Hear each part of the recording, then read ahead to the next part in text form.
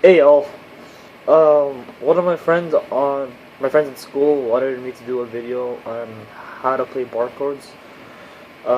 This may not work for you, but this is how I play it, and you can see if it works for you. One of the chords he was trying to work on was F and B flat. He was trying to play "Smells Like Teen Spirit."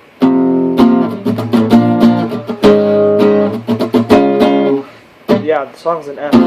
Anyways, they're all power chords. It's not really full chords like this. Yeah, it doesn't sound good. But he's playing with distortion.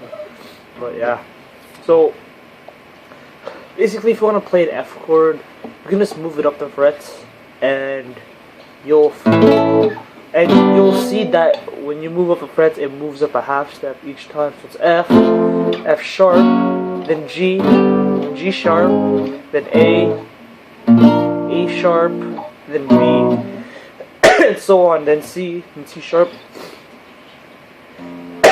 Sorry. And yeah, those, so in order to play a bar chord, it took me a long time to master bar chords actually.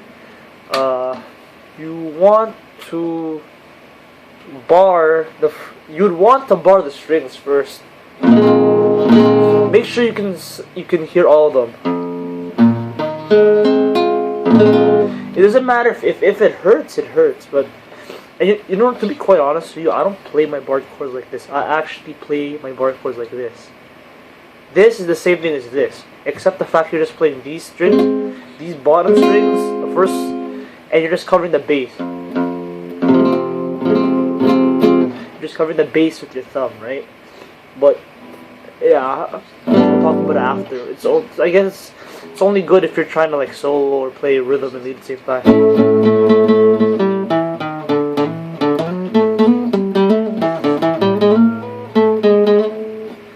Yeah. So yeah, if you want to start off with the F chord. So play your E major like this. You know your E major.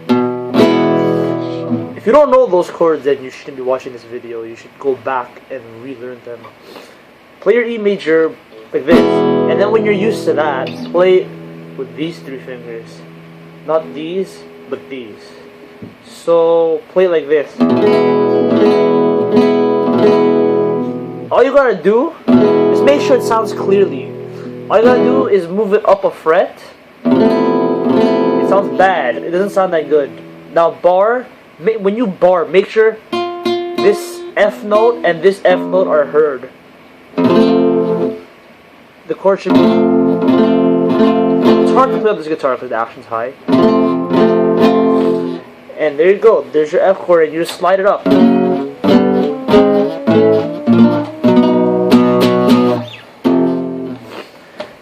The next is the B flat chord. Okay, this one's a bit complicated because you're using awkward fingers. I know a common finger my teacher would show me would be this. To use these three fingers. I don't really like that way. It's not really that fast to transition. Like you can't just be going like this.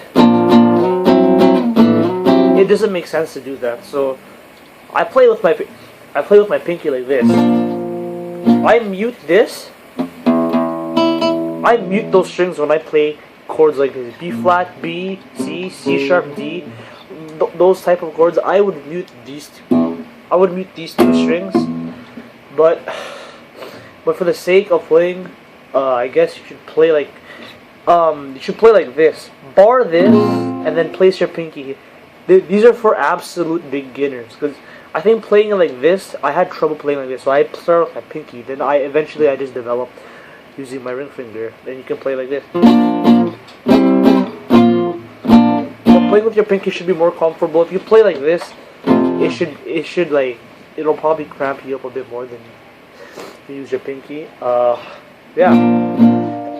So if you want to play the way I play, just play this root note, and then just let your pinky play 4, 3, 2 with the high E and the low E muted.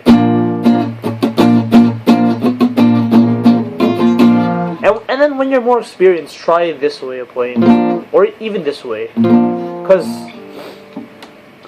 and also the way I play bar chords with my thumb, I would just bar the top note, the root note, the bass note.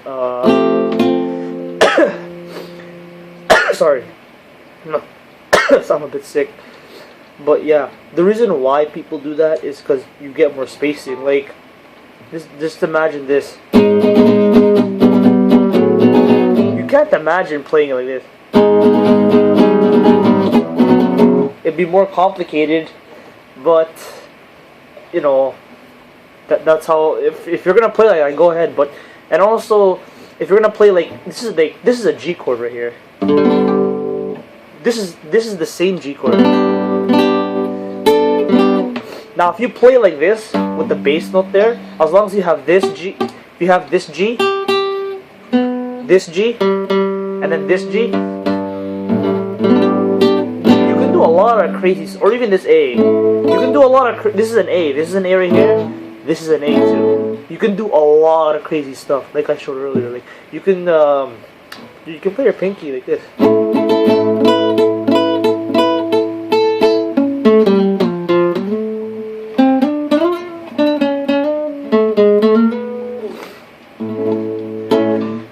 It'd be easier for soloing.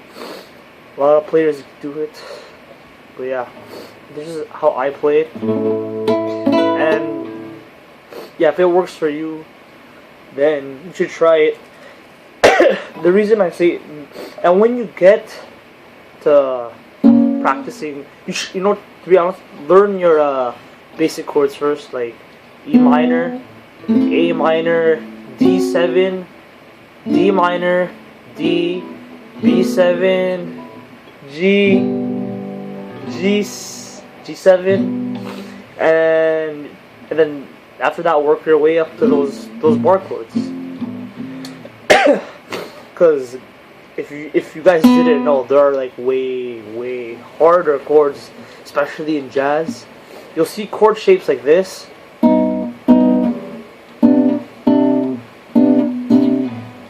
And then, or like this.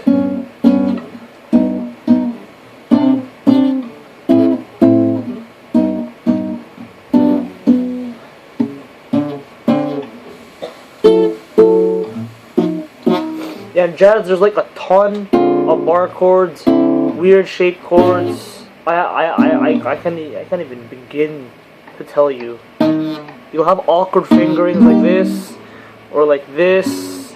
You'll have this. This is G7 sharp 5. This is G7 sharp. I'll play with my thumb. This is G7 sharp 5 flat 9.